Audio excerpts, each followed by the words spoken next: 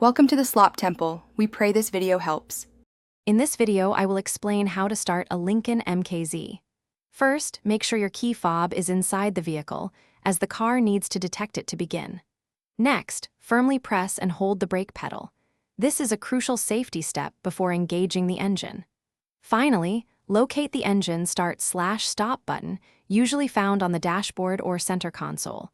We'll cover the exact steps in detail. Once your key fob is detected and your foot is firmly on the brake pedal, simply press the engine start/stop button. You'll hear the engine ignite almost instantly. There's no need to hold the button down for an extended period. A quick press is usually sufficient. As soon as the engine is running smoothly, you can release the button and prepare to drive. It's a very straightforward process.